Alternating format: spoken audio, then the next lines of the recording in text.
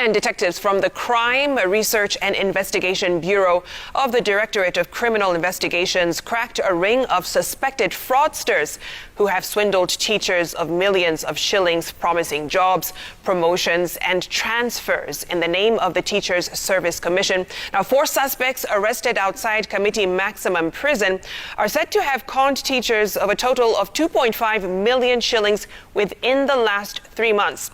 And as Hassan Mugambi reports, the ring that has been operational since 2019 has employed, transferred, and posted unsuspecting teachers who only woke up to the ruse after it was too late.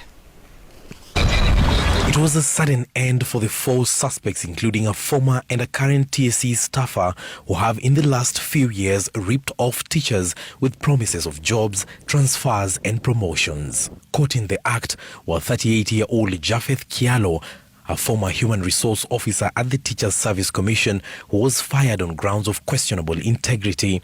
44-year-old Jeremiah Musioka Talu, currently serving as a principal accountant at TSC, Nathaniel Kanyagia Dhuranera, a 35-year-old IT specialist, and Lawrence Momo Mutunga, a 32-year-old diploma holder in electrical engineering. These suspects were arrested next to the Committee Maximum Prison after evading detectives for a long time. Knowing full well that if tracked, their signals will be picked from these telecommunication masts to give a false impression that they're inside Committee Maximum Prison, the suspected fraudsters parked their vehicles next to this mast to make the calls and throw off detectives.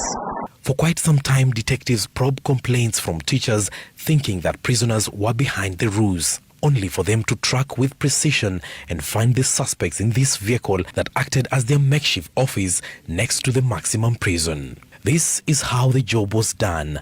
Musioka, a senior official at TSC, would access information and share it with Kioko, a former HR who would draft the letters accordingly. Then Mutunga and Dhuranera would establish contact with the victims and conduct the extortion. According to investigations, the IT specialist, Nathaniel Dhuranera, appeared to be the treasurer of the group.